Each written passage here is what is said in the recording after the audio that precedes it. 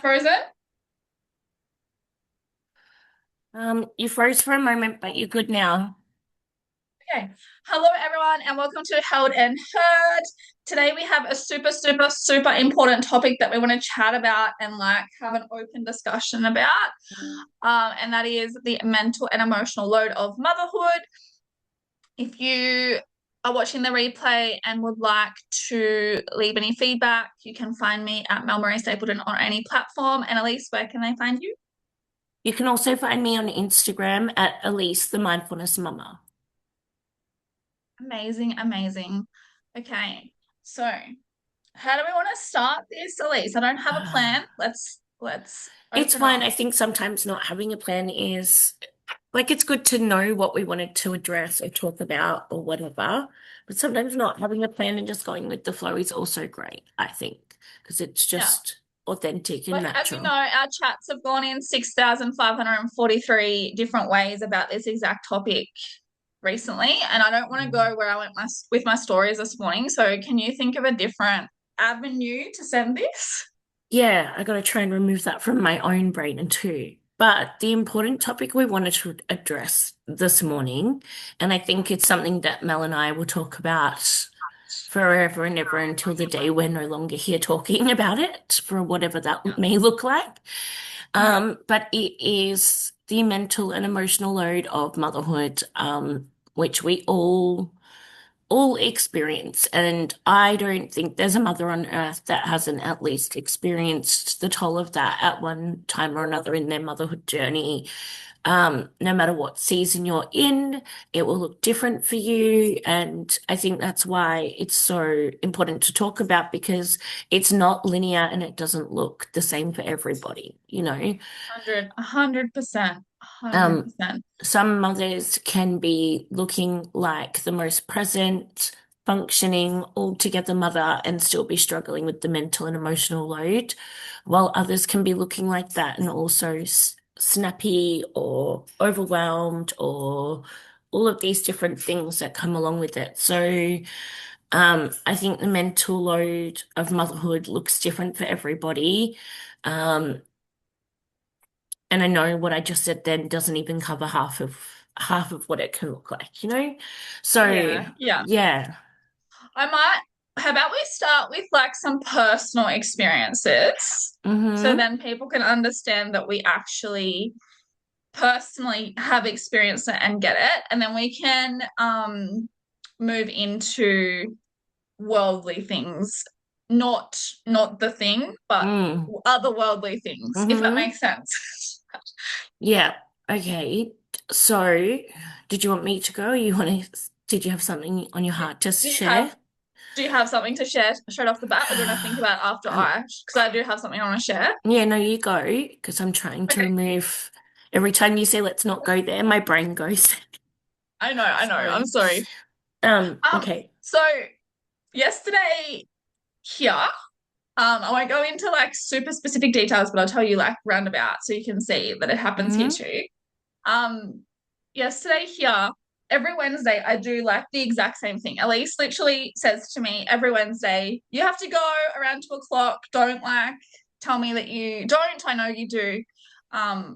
So between 2 and 2:20, I'll have to go. Yesterday it was raining, so I had to run and pick my kid up in the bloody rain. You know what I also did? Bit of a laugh. There's Mm. a little bank where I had to park the car and I had slides on, those Billabong slides that are Oh goes in and out. And I no. had socks and slides on, and it was like a little bank. And I had the umbrella. I hate umbrellas because I've seen someone. Oh my god, my computer's doing something ridiculous. It's Hopefully, you can trying to still hear like me. zoom in and out on you, but you are moving, which is fine for you to move, but like the camera's not keeping up with you. It's fine. Right. Okay. There's also something else going on. But anyway, so funny story. I had my umbrella in one hand, just a Bunnings umbrella, nothing fancy. And Mm, I'm trying to walk up this bank, and as I'm walking up the bank, the slides are stopping, but my feet keep going. So my feet are soaked. I've got yeah, bright pink socks on. There's people in the car behind me. Like it's so embarrassing. Anyway, that's like just I'm laughing because I feel like I've probably done something similar before. cool. I call Glenn Have I frozen? I call Glenn No, and it's I'm fine. like, oh my God, you won't believe what just happened. And he's like, you called me just to tell me that. He's like, you called me just to tell me that. And I'm like, yeah, but this isn't actually what I'm going to tell you. So last night, um, I say to Glenn, I'm like, Glenn, I'm annoyed because I was stressing about one child who was here and I had to keep like coming back to him and making sure he was okay.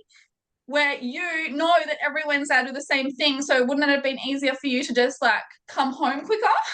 Mm. And he was like, I was stressing about like tomorrow because you had plans in the afternoon to go out of town and I thought I had to be here earlier. So I like didn't stress today. And I'm like, no, but every Wednesday I do the same thing. Do I really have to spell Mm. out what I'm doing to you every single week? And he's like, yeah, Yes. kinda. Like, oh, that's exactly what I'm talking about when like the mental load, like even though 10 weeks of the term, you do the exact same thing for said child, you Mm. still have to explain from A to Z what's going on into, and I get it, right? Like men aren't multi-focused like us. They're like one train thought. I get that. I Oh, get all of I that. feel frustrated for you. Sorry, Glenn. But like, how often have we all had an experience where it's like, I don't have capacity to spell it out for you. I don't have time, physical time in the world to spell it out to you. I don't know, your camera's doing weird stuff and you keep looking. Is there something spiritual going on over there, Mel? I think I changed the settings to follow me so the camera follows It's me. fine. But I keep looking at your facial expression every time it zooms in and out. You're like, what's going on? Um, and then like we just don't have time to give an extra instruction to an extra adult. We just need them to kind of go, okay, I know this happens every Wednesday, show up. But men don't know how to do those things either.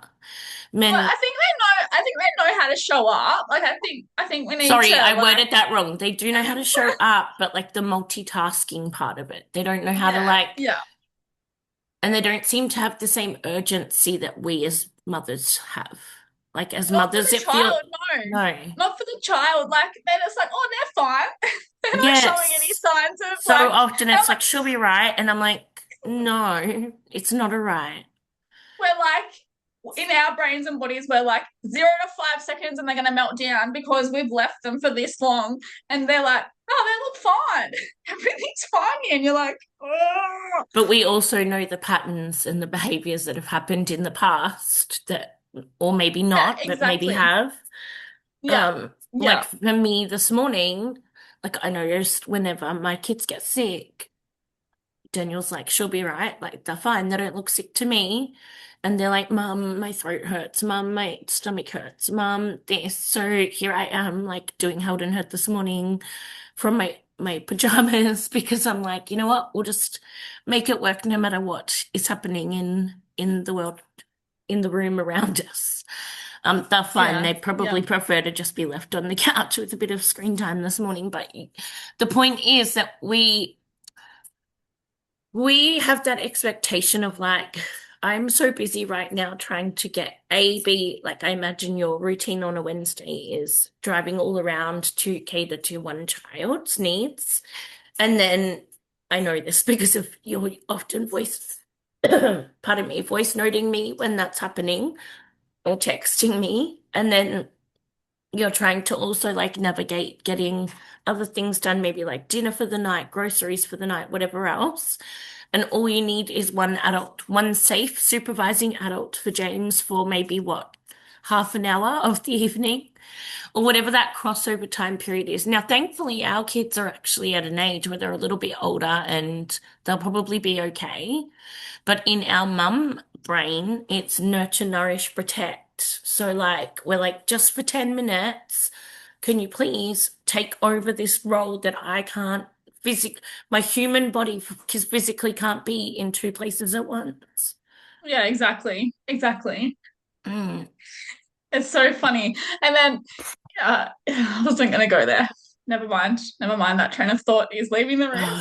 It's my fault that I put you down the rabbit hole, so we can blame me. Um, but I think also they're just small examples of mental and emotional toll taking place in motherhood. That's just a small example.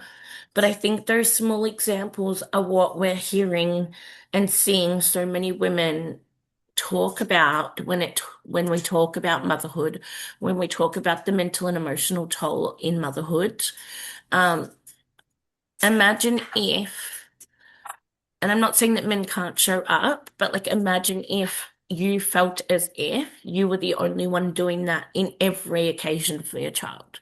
Now, I'm not saying that Exhausting. Glenn does show up for you and he does other things with the kids. I'm aware of that.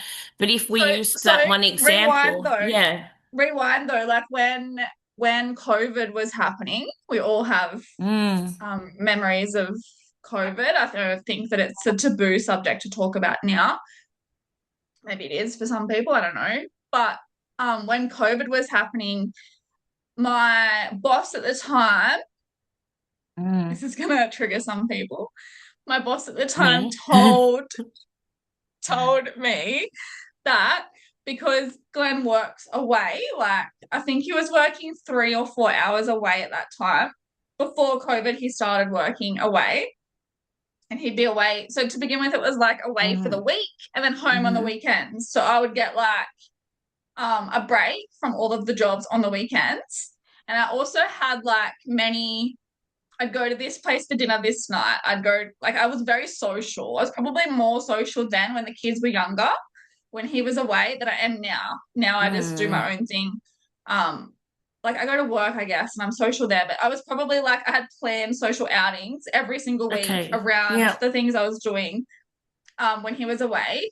And when we moved to this house and I was working in childcare just down the road from here, my boss said, and I liked this boss, like she was lovely, but she said to me, the area manager has asked if any partners work away, you are not allowed to come back to work unless they have stayed away. They can't come back and keep going because COVID can be brought back. So then there was a little girl who went to Canberra and came back, and she Yeah. brought COVID with her. She brought COVID with Oh, her, so the and children there's were allowed to come back. Well, technically, well, no. not really. Like there was this whole like big investigation into like where she went. Was there COVID there? What happened? Blah blah blah. Like there was all Yeah, of this yeah, it would have had to be investigation, and like it a was reported case, wouldn't it? Yeah. yeah, yeah. So then, she obviously had COVID. She gave it to everybody, and there was these photos of me blowing bubbles, of Yeah. course, trying to entertain the kids. And the two I see down there was like, Mel, how dare you blow bubbles and give everyone what The fun police have come talking along about? And the because whole you're room. like apparently spreading your spit all over children.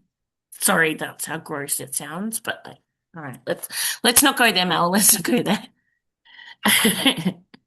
Oh my god. Um, yeah, like and Or Kim just keeps showing up listening to our madness every time we have a call. I love you, Kim, for doing that. You must love our Hey, you're giving me a good laugh while my kids are running rampant, you know? haven't Yeah, even It's all finished good. the story, but I'm glad that I made you laugh. I also yeah. choked. I don't know what that was about. I know I On my can't own do spit. CPR through Zoom, sorry. Um, Just choke on your own. I can't help you from here. yeah, I'm actually on my own today. Um, No, I'm joking. yeah, so um, because we all got COVID, then because we all got COVID, Glenn told his workplace that Yeah. I had COVID. So then his workplace was like, "You're not allowed home." Yeah. So you Oh were my God. stuck in lockdown alone with no husband, doing the kids on your own. And then they got COVID as well. And I Oh, the honestly kids think got that, it as well. Oh no. yeah, I Mm. honestly think that the actual testing was more stressful and trauma Yeah. provoking than the Yep. actual virus. So now, whenever someone gets sick, I'm like, we're not testing you unless you go to hospital. I'm not testing you.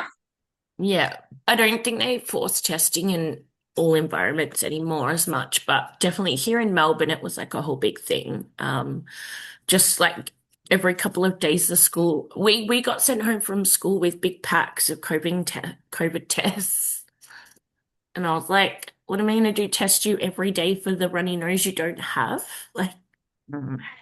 So I think like so talking about COVID though, like we all obviously carry trauma from that period of time because it was Yeah, so stressful. No matter like where you sat, I don't really care where you sat. Honestly, yeah, now like I think it was all a joke. yeah, Um, I refuse to get yeah, anyway, I'm not going there. But the thing about it is though that the whole situation, whether you chose to do a thing, whether you chose not to do a thing, whether you stayed locked down, I remember walking, like I literally got to know my whole area because I walked everywhere. yeah, And if anyone asked what I was doing, I was like, exercise, yeah, exercise. And so I literally just became known for the person that walked everywhere. yeah. Um, but I think It was that such a time, hey, because like even as mums, so like um when we talk about like having a village or having support as mums, whether it's in COVID or not COVID, they but literally specific, isolated us. yeah, we weren't allowed to like get help or have the help come over, and especially they terrified all the grandparents. So let me, Yeah, it was really, really so tricky like because my mum wasn't as bad, but like Daniel's parents, I would have been. Daniel got yelled at by one of his sisters for dropping off stuff to his parents' house when they caught COVID. But then the same sister was seen pulling up in the street as he was pulling out of the street, dropping off stuff as well. So like make it make sense. But anyway, like the grandparents literally were too scared to try and help you with your children if you needed help, even if it was just I think that was definitely the time where I fell into wanting to do things like outsourcing my motherhood a little bit. Like, I loved that the one benefit of COVID is that click and collect grocery shopping, delivery butcher things grew, delivery fruit and veg, delivery chemists. Those things really benefit mums that struggle to get out of the house, I think. And at yeah, that yeah. time, um, at the time when I was like, I can't leave the house, and I also have a really difficult time going out shopping with my kids. It's like a whole thing of its own.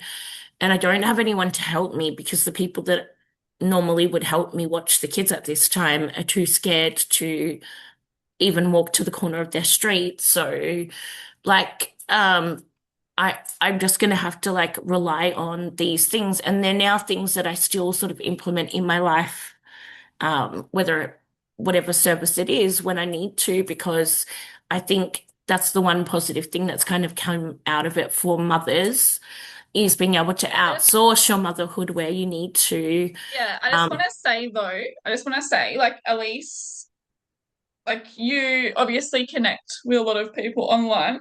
yeah, If you're a mum that is not an online connector and are isolating yourself in person and not seeking yeah, help through the internet, yeah.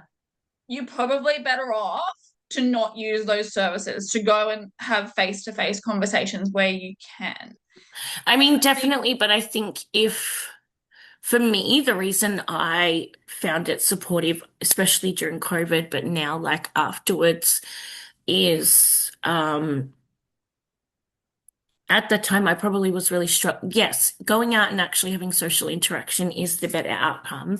But if you're having a really difficult time, just for now, not forever, but just for now, if it takes one piece of load away from you, because yeah, shopping yeah, with children is stressful. I yeah, think it that's can why be, it yeah. benefits you sometimes. I'm not saying to do it all the time, or even if you go do the click and collect and not actually the delivery, that can be still you leaving the house and going and spend and obviously getting out and doing your groceries means you're getting out of the house. But if you're a mum that doesn't have anyone watching the kids and you're isolated and then you've got these extra jobs to do that are quite burdening, of course, I don't want you to keep isolating yourself. I want you to have social interactions with people, but there's there may be times where those services can help alleviate one mental load or stress for you, um, Yeah, in a yeah. way. And it's And really cool how Woolworths, I don't know about Coles, I'm not I don't use Coles, but with Woolworths, it'll save your list. So if you're Yes. getting like the same meals each week, you can actually just press the same list as last time. I remember when I Yes. was struggling, I used that a lot. Just because shopping is a pain in my ass. Like, why do we have to And do this also every week? if you've got I find also I mean, one annoying part is obviously like sometimes it might cap how many things you can order and whatever if you're needing.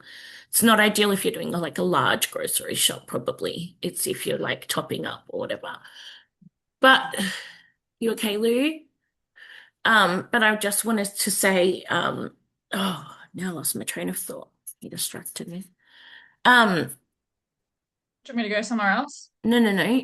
There was a point to that. On top of having your list saved, sometimes, like say, Kim may not know this, but Mel definitely does because I keep talking her ear off about it. But I've been recently diagnosed as celiac, Kim. And so obviously I'm trying to like learn what gluten-free foods I can and can't have. And so I can go into like the recipe section on my Woolworths app and type in like gluten-free recipes and save those recipes if they look like something I want to try in the future, or you can click shop ingredients so it helps you. So if you're like a mum that's really like, oh, what do I cook for dinner?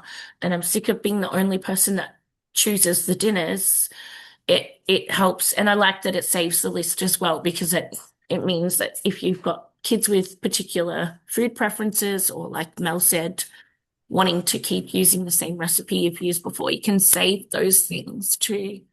And also with the visual images, Mel, like you use it as well to help like get your kids involved with the shopping, don't you? Like pick the foods and things sometimes or Um, so I still do that. yeah, So what I was noticing was happening was I was doing so what I've found works best for us because we like to go to the butchers. Then I like to yeah, get like the kids' snacks, the healthier snacks from Aldi. And then mm, I like get some more gluten-free and healthier, like non-sugar stuff from Woolies. It's a yeah, whole deal. yeah, But I choose that. I know I choose that, right? yeah, So what I like to do is I like to go to the butchers and get the meat that I am planning on eating. I was a bit late this week. I usually like to do it on Tuesday nights while one yeah, child is at a extracurricular activity. yeah, And then when she's at that thing, I already have a list. I have just yeah. like just a normal like it's actually like a very boomer shopping list that my nan bought for me. But I It's have got one of like those. Well, I've run out of my one, but yeah, like a notepad yeah, thing like that it's says got grocery flowers. list. Yeah. Yeah, it's just got the lines, and It's I helpful literally when you just just want to stick to your list and not yeah. end up filling So your trolley with crap. Yeah. yeah, I still sometimes do that, but here we are. Yeah, but Um, it helps in a way. Yeah. yeah, so I just go to the butchers and get the meats we need because of my goals. Yeah. Protein is very important to me, and high quality protein is really important to me. Yeah. I know that that's not the case for everybody though. So I really do work hard on spending quite a lot of money on protein. Um, and then I go to the fruit and veg shop and I literally just get a fruit box and a veggie box for $40. And that sometimes does last 10 to 14 days, especially in winter when stuff doesn't go off as quick and the Yeah, kids that's don't really eat good. as much fruit. So I think is quite It's reasonable. crazy how $40 like sounds like a lot when you say, but when you reflect on what you'd probably spend if you did all that at Woolworths, quite cheap, eh? Yeah, like they choose it. It's like what they have abundance of. It's not like Mm. it's what's in Yeah, you don't season, get to choose which what you get. yeah, Yeah. which I think is better for us because if we eat what's in season, then we're actually helping our body through the season. Because there's like research on if you eat the certain foods when they're in season, they actually help your Right. body to develop the things you need when you're not getting as much vitamin D, you get it from your food, etc., etc. Yeah. Anyway, so I do that. So like it's all around town. So it's Yeah. like butchers, fruit and veg shop is like near our house. And then I Yeah. come home with the meat and fruit and veg, and then I go into like town, and I go to like all of the. So yesterday I had to get the stuff from Aldi, and I like the sauces better from Aldi. Like if I'm buying like a creamy chicken mushroom sauce. Sometimes I make it ourselves, but other times I like just buy it from Mm, Aldi mm. because rather than, and I know that Aldi do us a dirty too, like Woolies and why on their labeling. I understand that, but it is what it is, right? Yeah, And no, but then that's I not the go, point. Yeah. no, yeah, and then I go and get like the things I need from Woolies, and then I usually go back and pick child up from extracurricular activity, come home, cook dinner, get everyone to bed. Mm, Um, and so the rhythm is that like early in the week, that's all done. So mm. like the rest of the week, I just have to think about getting the food out for dinner, which I often let the kids do that too. So they like we have like Monday, Tuesday, Wednesday, Thursday, Friday, Saturday, Sunday on a whiteboard. But Yeah. I will also tell them you go choose it, and then we just like swap the days around. Yeah, So sometimes my like kids will choose too, because like yeah, like the rhythm isn't I like that mean, we heaven have to. Lord, I cook something they didn't want, so it's better to get them to help choose too. It benefits What everybody that they choose. what I hate is when one wants one thing, one wants another, and you That's try to hard. compromise, and they're like, "Nah." You're like, um, That's like a whole, actually, speaking of the mental load of motherhood, dinner is a whole thing that a lot of mums tell me that like is difficult, or even just I read it in mums groups like dinner time is chaos, dinner times. And I get it because what you just said, where one is like, no, I'm not eating that today. Now, because I've recently changed to a lot of gluten-free, not that we didn't already eat reasonably healthy, but obviously removing a lot of like preservatives and things out of foods because a lot of the meal recipes that I'm trying are like, different. So, I'm finding that's been a lot of like pushback around mealtime. And they've just been like asking for things like a plain steak with a bowl of fruit on the side or a bowl of like salad on the side. So I'm gonna have to get another butcher box because everybody just wants steak in my house. Um, So yeah, but yeah, I'm finding that we've had a couple of nights lately where one is like, I want this for dinner, and the other one's like, no way, I don't want what mum suggested or what you suggested. I want something totally not the same. Um, yeah, I think Zoom is going fine. It hasn't given me a timer. Sorry, Kim, okay, we're sweet, just sweet, sweet, sweet. discussing that Tech, tech is my fun. techie things, but all good. So Um, back to the mental load of like, and I guess we went down the route of COVID and shopping and things just to explain that, we do understand what it's like to have to do it alone. yeah. Um, well, speaking of mental load, I forgot to log my kids out of school this morning, see, because Formosa is absent from school. At least this time Yeah, when they wag. send me that text, it's accurate. Normally they send it and I have to ring them and be like, is my kid in class? Because I dropped him Yeah, off so I this was gonna say, morning. at least they're not wagging today. They're usually always there. And the ladies in the office are like, yeah, I saw them this morning because they like know me now. Anyway, What I wanna talk about, if it's okay, Elise, pardon me. is Oh, let me mute my emotional. So if you look three. through my posts that I share, often I'm sharing about like emotional, like all emotions are welcome, all emotions um are available. But what actually happens to me, Mm, talking about the emotional load, is I take on so many emotions of other people's, and I have to put big boundaries up, like hmm. energetic boundaries. Yeah, I'm definitely guilty of Say that. say like say I talk to Elise and Elise is having a time. I'm pretty good with you and you're pretty good with me, but say she's having a time and I take on her energy, her emotion. Say I'm like in a good mood and then she's in a flat mood, I take that flatness on. And Yeah. then I talk to somebody else and they're also having a time, maybe like in a bit of a low vitamin D, depressed kind of state. I take that on. And then say Glenn has had a bad day, he's really stressed, and whatever he's going through, I take that on. And then I'm like, oh, I can't do anything. I'm so And then your drained. children have like a meltdown about going to school that morning, and then someone else has a meltdown about what's for dinner that night or something. Yeah, like I just what I'm trying to say though is, and the reason childcare was so hard for me is because I'd have 30 kids with two other educators, because it's generally above three, it's 1 to 10. Above 3 years of age in childcare, you have one educator to Yeah. 10 children. Oh, sorry, I didn't really When explain I that left well. childcare, well, obviously Victoria and New South Wales have I've never understood how all the states have different ratios. Why can't you just make it one law? But that's not what What we're is it here in for. Victoria? What is it in Well, it Victoria? might have changed now. I could be inaccurate, so don't quote me. But when I left the industry, over threes was 1 to 11, but it used to be 1 to 15, and I've been left alone with that. Well, that's where I'm going. So there'd be 30 kids in the room. It's irrelevant whether it's like 33 or 30 or even 15, 30, 45. Oh my God. Pardon me.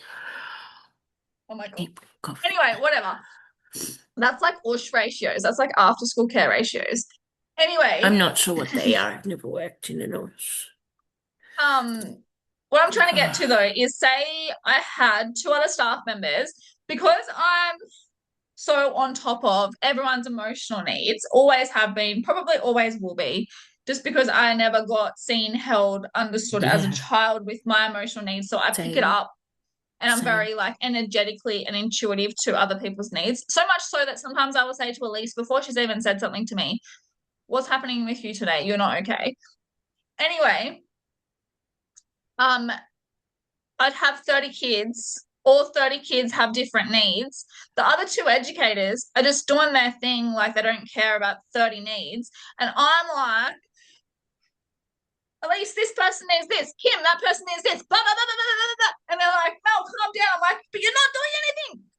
I've actually had to, sorry, while we're talking about self-awareness and growth and healing, I've actually had a really big reflection that sometimes the women that are working in the profession of children and then become mothers actually do that to their family members, whether it be their grandparents, the aunts, the uncles, or Daniel, my partner. I'm always having to like go, am I like micromanaging him? Because like when he's not doing something, like if he's just come home from work and the routine needs to still happen at home, I'm like, "Oh, there's still a routine that needs to happen."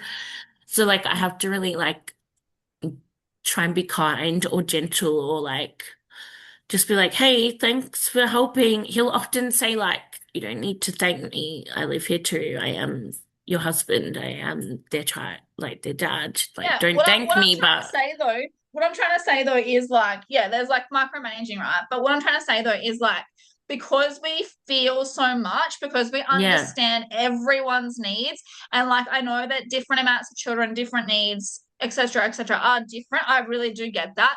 However, when you're the person that carries every single mm, person's need yeah, in the room, in the house, in the childcare center, wherever it may be, you actually become a martyr, because the yeah, people around you are so disconnected from what the others need. And yes, in my post today, I literally said, this started before I even had kids. And I've only just realized that, like 11 years after having kids. mm, So I mm, think the point is, though, that like I was really good at my job. Like I always was given like a role where I was a leader. They'd want me to be same, like moving forward in the center. Like I was always really good at it. But the issue then becomes, and the same thing happens in motherhood as well. It's not, mm. oh, you're good at it, so let's help you. It's you're good at it, so we'll give you more tasks. Actually, I used to have a saying that being a good educator always made it harder on you because you had to Yeah. carry. So, like, I was at one stage being the 2IC, but I had to be in the office, but I had to float on the floor. But I was also the room leader of a room. And I also had to like micromanage all the other rooms. Some of the rooms were quite independent. I could just never really just, I'd stick my head in, how you going today? And they'd tell me what they needed or didn't need because we had that like relationship where I was like, just communicate with me. Like if I stick my head in and say, what do you need today? I'm not going to always know the answer. You need to tell me the answer clearly and Yeah, but like your partner and your children, especially as your children get older, are the same yeah, as that. totally. Like I'm not saying that you micromanage them the same as you do in No, education in early sometimes we childhood. do. Like it's the same sense of how you said we become a martyr. We're always giving an instruction to someone. Like you said about your Wednesday routine. Um, you're like, oh, but I don't have capacity to physically have my body in two rooms at the same time. Like to be over here helping one child and then also be like your physical body can't be split in half. Um, but also the mental and emotional load is when you have to keep giving instructions and like childcare to so many other adults to in order to like I think and Mel and I talk about this often, how sometimes those of us when we talk about like having a village or not having a village, sometimes even I have to feel like I give instructions to the village or I needed to give instruction. Like I remember and I reflect on scenarios where I was so frustrated because I would have to give instructions on basic care needs of children to the village. And then they would sort of look at me like, we're not all stupid. We know how to care for children. But I'm like, but you're not meeting it in the way. So like I was becoming the martyr you're explaining to because you're not doing it in the way in which my child needs it done, or like you're going to tell me that you're following it, but then when I pick the kids up in 5 hours time after work, it's going to be like a whole scenario that was not the same. And so I found And myself then being it's like, so in a cycle of like having to always give instructions to people that weren't following them. And then yeah, adding on top of the constant critique of motherhood and parenting was yeah, like so stressful. But my nervous system was like, deep down in my intuitive sense, I knew what I was doing was either wrong or right or not a problem or a problem. But like I was not aware that my nervous system was constantly in manager mode or 2IC mode, even outside of work.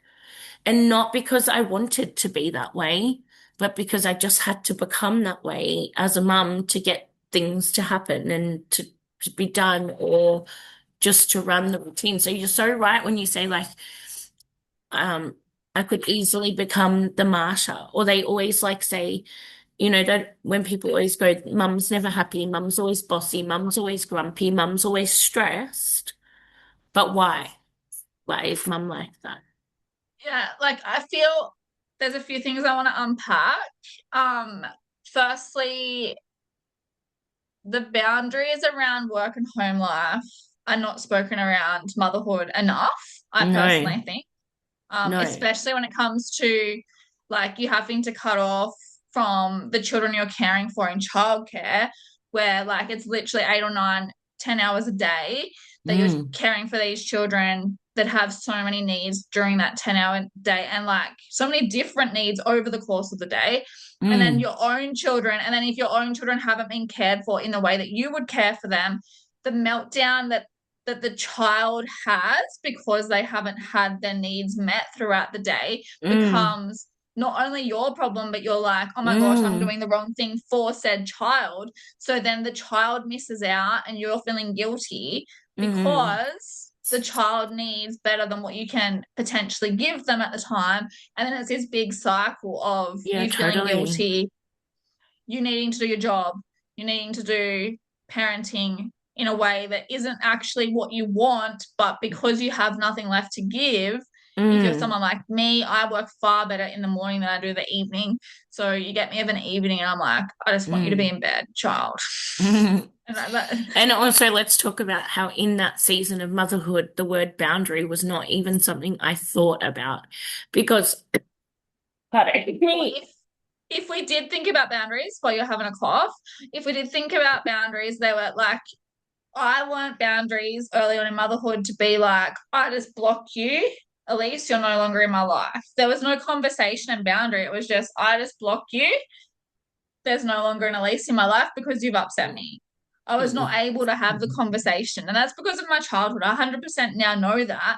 But Yeah, back in the day, I did just, you upset me, so you're blocked. You're no longer in my life. yeah. Um, I think which, I just became like so internally stressed about like you say that you knew the boundary and the boundary was to cut people off. But for me, I would say I did not know how to set a boundary.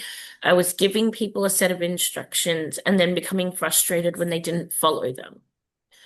Now, I get that boundaries don't always have to be followed, but I believe when it comes to like the basic care needs of a child, it hurts nobody but the child if you do or don't follow it. Like, yeah, actually, it doesn't hurt me as the mum, unless, like you said, when I get home, there's a ripple on going effect of like dysregulation or something, or behavioral needs or whatever. But like simple ways of like feeding my toddler or things like that had to always become like an extra drama. Um, yeah, but yeah, I definitely don't, I would say I didn't have boundaries nor know how to have the hard conversation. I know how to have a hard conversation, but not in the same way that I would have it now. I think I would have been combative, not like oh, I'm sure there were times I would have either gone tried to people please just to like make the situation feel less stressful, or I would have become combative. Like, so I definitely don't think I would have had like a good way to communicate a boundary. Um, yeah, I definitely, yeah, in reflection, I could have handled different conversations differently, but you don't know what you don't know in different seasons of life. But um, I definitely think all of that definitely was a big like stress for me in my most stressful season of motherhood was constantly having to like over explain to other people what I was doing as a mother. When when say for example Mel as child ex-child care workers, two of us are, if a mum comes to us and drops our kid off and says, say it's the morning routine, and they say to us, my child hasn't had breakfast yet, or they only ate half a piece of toast in the car, and it's still breakfast is still available at your service, or maybe it's not, you're going to explain to that mother, hey, breakfast just finished 10 minutes ago, but morning tea's only like 20 minutes, half an hour away. So we'll give them a bowl of fruit or something. Or say breakfast is still being served. You're going to like say, hey, sure, we'll do breakfast. Not have to like over explain why your child didn't eat breakfast, why your child didn't want to wear socks this morning, why your child like didn't want to like all the things that I would have to over explain to other adults. So there was never any sort of like when we're speaking about like all the routines where we're having to give extra instructions, that would just stress me the hell out because I just need you to kind of tag team in and out. I'm too busy. I'm yeah, driving like 40 minutes now to work down the highway after dropping my kids off to you. I don't really have time for your critique on my parenting because my child had a meltdown this morning, which I had no control over because yesterday they liked raisin bread and today they don't. Okay. So like you're laughing at the zoom in camera on yeah, because yourself. I'm Yeah, scratching. it's fine. Um, so like I think for me in reflection, like some mothers just need someone that can go like sort of step in and go, I get this child's needs. I get that mum needs this routine to happen. Like I find some nights in this household, my partner does the showering and that sort of takes one less job off me that especially with PDA kids, they refuse to do most tasks. So it's like an extra time trying to get them to do basic tasks sometimes, which we've come a long way with. But like if he didn't help with those tasks, I'm constantly dealing with a routine or a task that comes with absolute like refusal and difficulty to achieve most times as well. So my nervous system is not only in stress because I have to constantly over explain to the world why my child needs something a certain way, or why I've chosen to parent in a certain way, or why I've chosen this food for the day versus a routine where they like refuse. I just think there's such a like stigma around like the mums should just be able to get the routine done. And like if you were to say to someone in your village, oh, I'm really having a time with this routine because it's met with constant meltdown. Like, there's also like mums, there's a lot of judgment around motherhood. So, like, if a mum was to say, having a hard time doing this thing or need help in this area, or I'm having a hard time, I'm not okay. Um, like my experience that I was talking to Mel about yesterday, I won't go there, but like I'll touch on the part about me um, is that when I was having a really hard time in motherhood, and this isn't to crap on my partner or say that he's a good or bad partner, but he probably was learning, like he was going through a season of life of his own, and so was I. But no one said, "Where's Daniel? What's Daniel doing?" Like no one in my village like forced him to step up. They all said, "You should just be a better mother and you should be able to handle it better." Yeah. And Yeah. I'm like, I yeah, I can't like obviously that's the point. I'm having a really hard time. Like I am handling it, but that's why I'm having a hard time because I'm yeah. I handling it. also I also think that the part that frustrates me the most, and this has happened my whole 11 years of parenting. It's I nearly like 11 o'clock too, but sorry, go. Yeah, and I have to go to the So, bathroom, so we will wrap it up. I'll just tell this quick no, story. I want to hear Um, this. I from like babies, I really, really value sleep. I Mm, know that probably when my kids were babies, I didn't value my sleep, but I valued their mm, sleep. There was something, the way that I've been mm-hmm. brought up, or something around me has allowed me to value kids sleeping, whether it Yep, be like childcare, the way I was parenting, whatever. Okay. yep, Um, but every time I tell even you, even Elise, even like anybody that my kids are in bed on a Sunday night at like I don't know how early it was, like 7 o'clock, it was and like they're seven literally, o'clock because I remember yeah, looking at my clock going, huh? like how, like, and they do like they have a couple of nights through the week because we have stuff on where they go to bed at like 8:30, 9 o'clock. Like it's not every single night, but like of a Saturday, Sunday night, I value their um their sleep hygiene and their sleep, like catching up on sleep so much that we get Mm, organized super, super early and get them to bed super early. And mm, I just like so like everyone's reaction, and even when they were toddlers, like I'd have them in bed like before the sun friggin' went down in summer because they were assholes that day. Excuse calling my kids names, but like their behavior was really, really horrible. I'd had enough. I'd become overwhelmed. So for some reason, I just knew innately that we all need to lay in a bed, or they need to go to bed if they would. Do you mm, know what I mean? Like it was just innately in me that I valued sleep so much to the point that that was the way that I would manage our house in a mm. way that would help my mental health and also the way Yeah, that they were behaving, if that makes sense. So then I remember one mum, I actually like this mum, like I've invited her to this call multiple times and she just isn't ready to come, which is fine.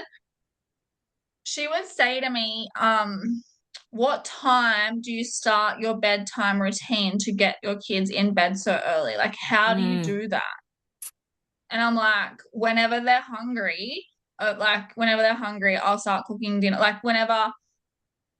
So what I'd do is I'd cook dinner at like 3, 4 o'clock if I was at yep, home and literally have them in bed as soon as they were showing signs of being hungry and irritable, rather than like waiting until they were over hungry, didn't eat, and then wouldn't go to bed either because they were overtired. And like mm, this whole topic has created so much overwhelm for me that I almost feel like sometimes I can't even talk about how much I value this whole rhythm that I've created. Does that make sense? Like it's like I'm so Because so judged. every other mum is jealous of the rhythm you've created, maybe, which is it's not because we're glad you have that, but we would like it too. I think when my kids were younger, um, Mason was always been a not bad sleeper. The older he's getting, the more he'll say, I'm not tired. But then, like, as soon as you turn everything off, he's like out. He's always been pretty that kind of baby that even if I was out and about somewhere shopping or out to lunch with someone, like, he'd be the baby that slept in the pram. Like, he was quite easy, or I could bring him home and I would just put him down on the lounge room. Like, I had like this, they're like a bean bag, but you know the ones you could clip your baby into kind of thing, the bean baggy thing. When I would put him in that, he would fall asleep just anywhere or like in his crib as well. So he was always the baby that everyone called like the placid sleepy baby.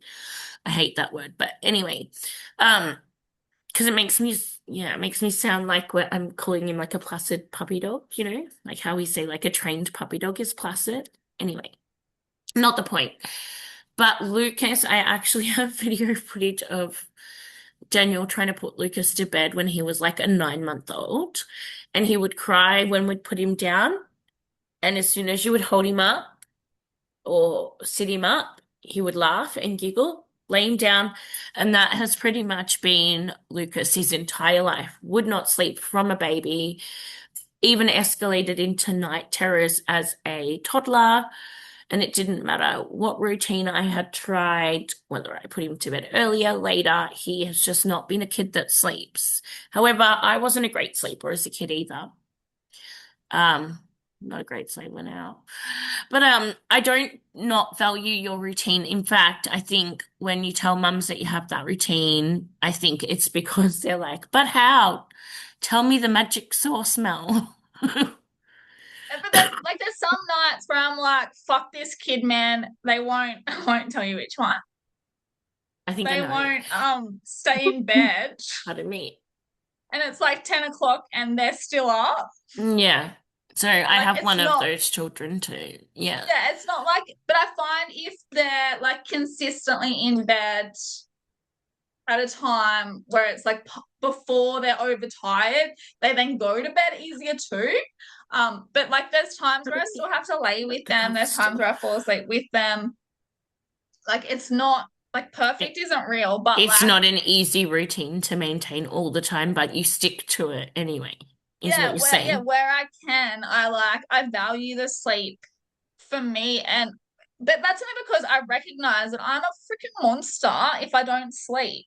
Like if I don't sleep, I'm literally screaming and carrying on everybody. And I know this is not for everybody. I reckon do Zooms just let you go? Like I'm not used to it letting me go. Sorry, I have like an anxiety, Kim, about Zoom, like giving me like a timer and then next minute booting us off. You're So like, don't you understand from your coach that she just talks for hours? well, no, I was just concerned that because my card got changed if Zoom was still working, but it Well, obviously is. I've obviously yeah, paid for it. it hasn't popped off. But we'll maybe like wrap it up in a sec. Like if you Yeah, finish yeah. talking about this, So yeah, I think I've always valued sleep too, and also like basic needs of children because of my experience in childcare. But what I think is because of my experience working with children, even though we know as the professional in the industry working with children on the floor every day, that not every child is the same. I think professionals working with, or mums in general, we just put so much pressure on it. Like you said, our routine for perfect to be a certain way.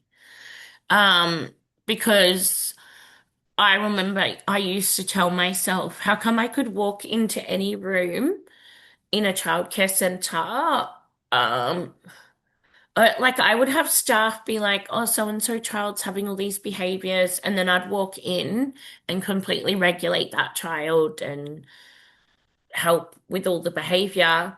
But when it came to my own family, it felt like everything inside me was on fire and nothing was working the way I thought it should. That point right there is the way I thought it should. I was going to do a post last night, and then my lovely phone, we won't get into that, was not doing the thing I needed it to do. But I was going to do a post about the things I use. Sorry, I'm getting like I should have put my phone on silent to getting all these notifications. I had all I was going to do a post that said the things I said that I would do or never do before I was a mother as a professional that worked with children to now being an ADHD family, the things I do different. Or like, guess how many things I said I was going to do as a mother that I now don't do as a mother? Like, can you guess how many things have How changed? funny is it? How funny is it like when you're a mom and you work in a center and you get like a young educator and they're Mhm. like, when I have kids, I and was I'm that like, person. I was like, when I have kids, oh yeah. they'll do Like, but when everything you I have tell them. When I tell them, they'll never talk back to me. They won't have too much screen time. Go in time out if you don't do what your parent tells you.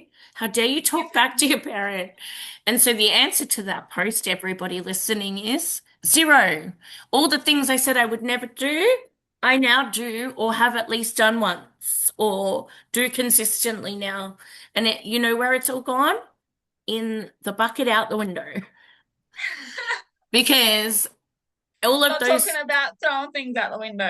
no, nothing's getting thrown out the window except the opinions of others about motherhood and the judginess of mothers that do things. Those things can go out the window. And the things we say we'll never do that we all now do. I'm sure we've all said that at least once in our life. And also when it comes to the how would it be that in my entire career of working with children, before becoming a mum and even after becoming a mum, like I said, I was like the person that would like always be called to work with the child with challenging behaviors or work with the child that needed a bit of extra love. Yep.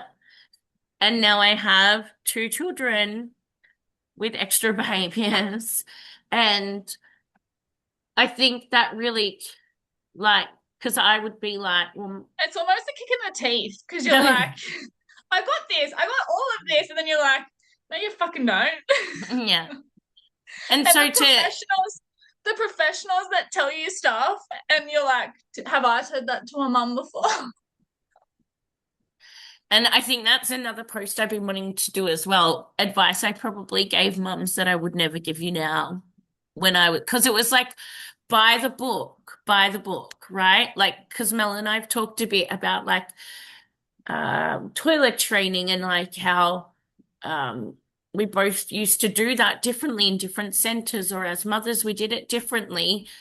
Um, we had different like ideas about it. So I don't yeah, just all the by the book things that I like is so it just blows my mind. Blows my mind that all these by the book things actually never worked for me in motherhood.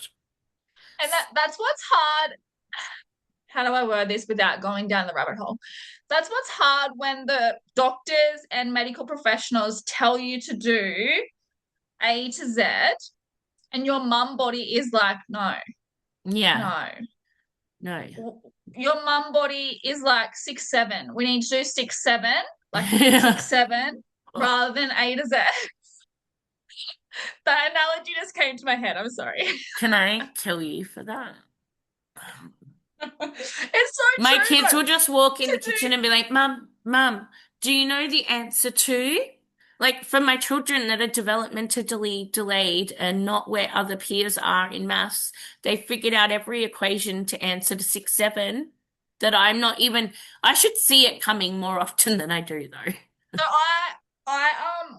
when I hear it, so my kids no longer do it at home because I am the mum that once they do it once in like a context, it comes up slightly, and I'm like 6'7", and they're like, Yeah, you beat them to it. You beat them to it. yeah, yeah, and they're like, that's not cool anymore now that you do it, I mum. started going 3, 6, 9. And they'd be like, that's not how it goes. And I'm like, yeah, it is. That's originally how it used to go. Okay. Yeah, I really have to go to the toilet and it's been All right. over an hour. All right. Thank you so much for listening, Kim. We love Yes, your thank feedback. you, Kim. Thanks for it's been a bit of a laugh. This is pretty much how our chats go every day. Yeah, great. Um, if you have any topics that you'd like us to yarn about, if you have any Yeah, comments, questions, or would like some support, please reach out to us. I currently have a absolutely. bunch of free stuff available. Plus, I'm on an app now. Woohoo! Thanks to all those that are part of the community over there. Yep. And if you'd like any support, please don't hesitate to message me at Mel Marie Stapleton. Elise, your turn. Also, please message me on Instagram at Elise, the Mindfulness Mama.